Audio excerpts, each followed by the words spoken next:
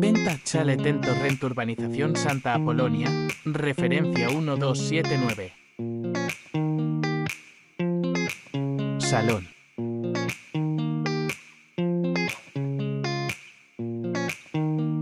Comedor salón.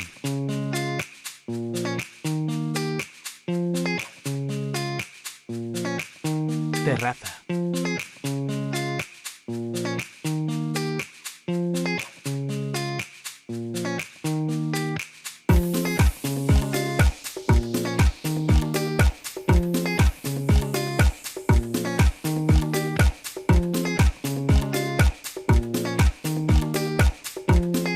Habitación principal en suite.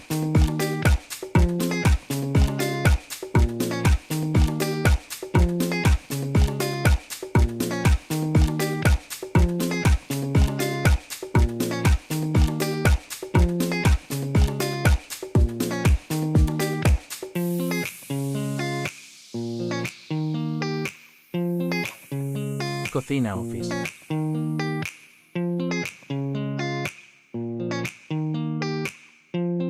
Despensa al lavadero.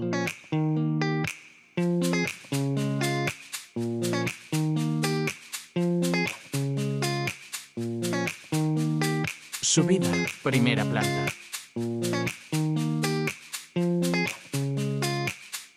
Dormitorio, en suite 2.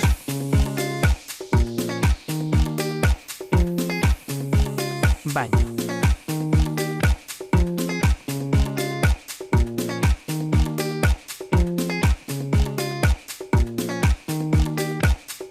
Dormitorio 3.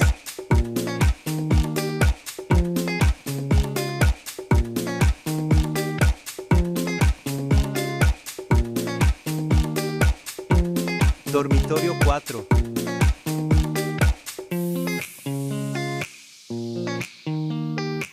Dormitorio 5.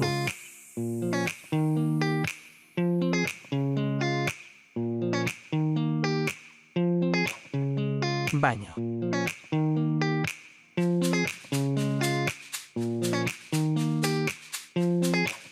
Dormitorio 6. Baño.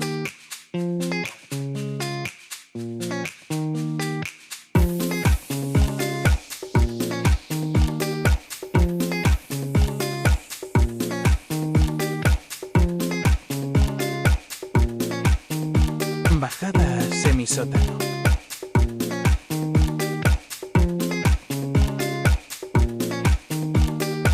Salón de juegos y reuniones.